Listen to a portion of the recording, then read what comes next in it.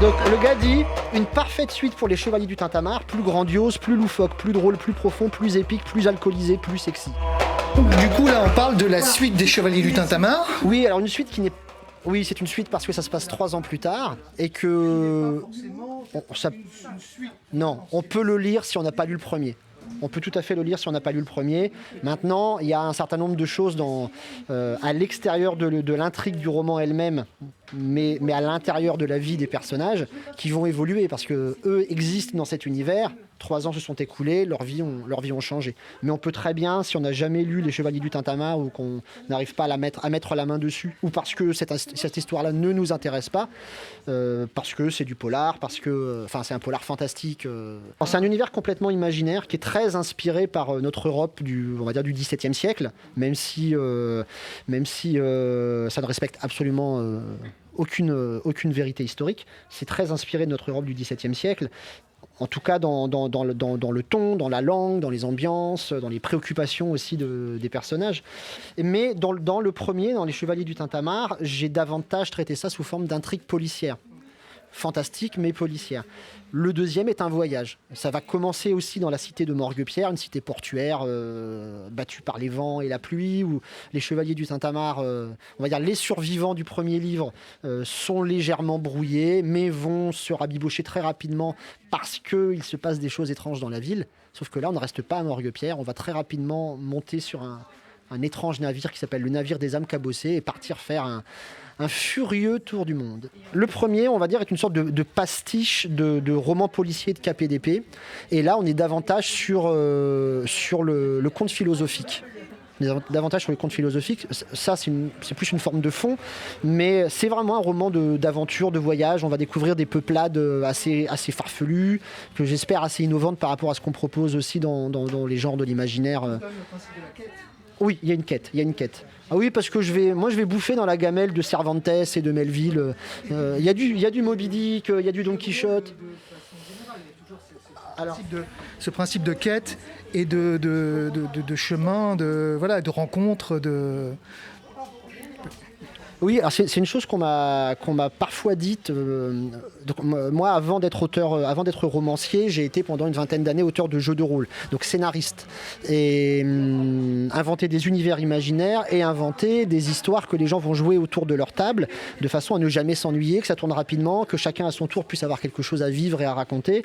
Et je pense que, donc, vu que plusieurs personnes me l'ont dit, c'est sans doute une chose qu'on trouve dans mon écriture, ce côté aussi un peu picaresque. Des fois c'est complètement on se demande pourquoi ça a lieu, ça ne trouvera sa cohérence que 50 ou 100 pages plus loin, mais on avance, il se passe des choses, ça rebondit et on est dans une quête, chacun a quelque chose à découvrir, chaque personnage là même s'il y a une quête commune, chacun va avoir quelque chose à vivre, sa propre histoire, pour que le côté justement conte philosophique de ce roman prenne toute son épaisseur, toute son ampleur à la fin. Et ça rebondit sans arrêt. Mon principe, c'est un chapitre, une histoire. Il faut que chaque chapitre ait un intérêt narratif, avec un début, un milieu, une fin. Il ne faut pas qu'on arrive à la fin d'un chapitre en disant il ne s'est rien passé. J'ai lu mes 5, 6, 7 pages. Il s'est vraiment passé quelque chose pour les personnages qui étaient au centre là. Donc ça c'est le côté picaresque. Mais c'est aussi le côté jeu de rôle, effectivement. À chaque fois qu'un joueur va avoir son tour de jeu autour de la table, si à la fin de son tour il s'est rien passé, il va dire écoutez les gars, pourquoi je suis là ? J'ai quand même amené des bières et des chips. Hein, voilà. Qu'est-ce que j'allais dire ? Donc le voyage des âmes cabossées, il vient de sortir là, fin août. Hein. On est là, tu es en dédicace à la librairie du Hérisson. Je ferai quelques plans larges pour montrer un peu où on est. Qui vient, d'une part, où est-ce qu'on va le trouver ? Est-ce que tu vas refaire des dédicaces ici à droite à gauche ? Quels sont les prochains rendez-vous, on va dire ? Et puis, qui vient du coup se faire dédicacer ? C'est qui le public ? Ton public, c'est qui ? Mon public, c'est les collègues que j'ai forcés à venir.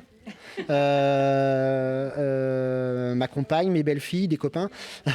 Non, alors, ça, c'était vrai quand on a sorti Les Chevaliers du Tintamarre. Il faut pas oublier que je suis un auteur débutant, en tant que romancier en tout cas, donc très peu connu. Et lorsqu'on a fait le lancement des Chevaliers du Tintamarre, juste avant le premier confinement en 2020, parce qu'il est sorti une semaine avant, sur place, il y avait mes amis, ma famille, enfin voilà, que les proches. Et on a fait une soirée très agréable, mais c'est vrai que personne ne connaissait les Chevaliers du Tintamarre ni Raphaël Bardas. Là, ce soir, il y a eu un peu plus de monde. Il y a toujours les copains, les fidèles, enfin les copains, j'ai envie de dire les amis même, hein, les fidèles qui viennent. Et comme moi, je parle beaucoup d'amitié dans mes romans, je suis très content de voir que ça transpire sur la réalité. Enfin, ça marche dans les deux sens. Je crois que là, la frontière est poreuse. Et puis, des nouvelles têtes, des gens que je ne connaissais pas, qui sont passés avec soit la curiosité de complètement découvrir, soit qui avaient déjà lu le premier ou commencé à le lire et l'envie d'aller plus loin. Donc, prochain rendez-vous, il y en a de fixé déjà ou pas? Alors, mi-octobre, je serai aux Imaginales à Épinal. Ça fait un petit moment qu'il est repoussé, que le festival est repoussé. Donc c'est un gros festival des littératures de l'imaginaire, duquel j'ai la chance d'être un des invités cette année. Donc je vais aller faire un peu... Sélectionné les dernières. Voilà, j'avais été. Alors, les Chevaliers du Tintamarre a été sélectionné pour le prix des Imaginales. Il a fait partie des cinq ouvrages sélectionnés, mais n'a pas eu le prix. D'ailleurs, les Chevaliers du Tintamarre a été sélectionné pour 4 prix et les 3 dont on a eu les résultats ont été négatifs. Mais c'est déjà très très beau de. Voilà, comme disait Monsieur de Coubertin, l'important c'est de participer. Non, mais après, moi, j'écris pas pour des prix, mais c'est sûr que je vais pas vous mentir, hein, quand on a un prix, on en vend plus. Hein. S'ils sont des gens en lice pour des prix, c'est qu'il y a une qualité qui est reconnue. Et cette qualité d'écrivain, d'ailleurs, c'est un truc que tu partages bientôt. Oui, je vais commencer à animer des ateliers d'écriture à la MJC de Château-Renard dans un premier temps. Et puis, c'est une activité que j'ai envie, moi, de développer. Ça s'adresse Alors, lycéens, ou alors à partir de la 3e et les adultes. Moi, professionnellement, ce qui me fait manger, c'est professeur documentaliste. Je travaille dans un collège. J'anime déjà des ateliers d'écriture avec des collégiens. Là, j'ai envie de sortir de ce contexte-là pour aller travailler avec un public plus mûr et qui aura d'autres ambitions. L'objet, c'est quoi du coup ça va être en quoi ça va consister ces ateliers Comment ça l'idée, ça va être de travailler.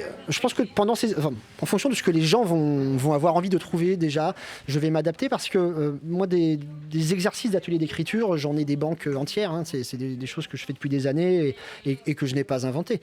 Moi, ce que j'ai envie de voir là, c'est ce que les gens viennent chercher et à partir de là, on va improviser un peu, aller puiser dans les banques d'exercices qu'on a, qui ont déjà fait leurs preuves, et puis ajouter après des choses plus personnelles pour les faire travailler sur le storytelling, pour travailler sur aussi un peu de transmédia, un peu d'écriture collective, avancer, faire travailler différentes techniques d'écriture, faire prendre en main le principe du schéma du récit. Tout est possible, ça va vraiment dépendre des envies des gens, sachant que là, sur ce qu'on prévoit avec la MJC de Château-Renard, à la fin, il y a une édition. Donc les gens vont participer à l'écriture d'un probablement un recueil de nouvelles. Moi, c'est ce sur quoi, en tant qu'éditeur, je serai le plus efficace et le plus qualifié. Donc on va sans doute travailler sur un recueil de nouvelles avec une impression et puis le mettre en bibliothèque à la fin. Et chaque participant aura un ou 2 exemplaires de ce à quoi il aura participé. Ça, c'est à la MJC de Château-Renard. Et puis après, je suis en contact un peu avec l'AME pour des choses peut-être autour du jeu de rôle ou de l'écriture. Mais là, on n'a rien convenu, rien signé pour le moment. C'est plus des échanges entre personnes qui s'entendent bien et qui ont envie de faire des choses ensemble. Voilà.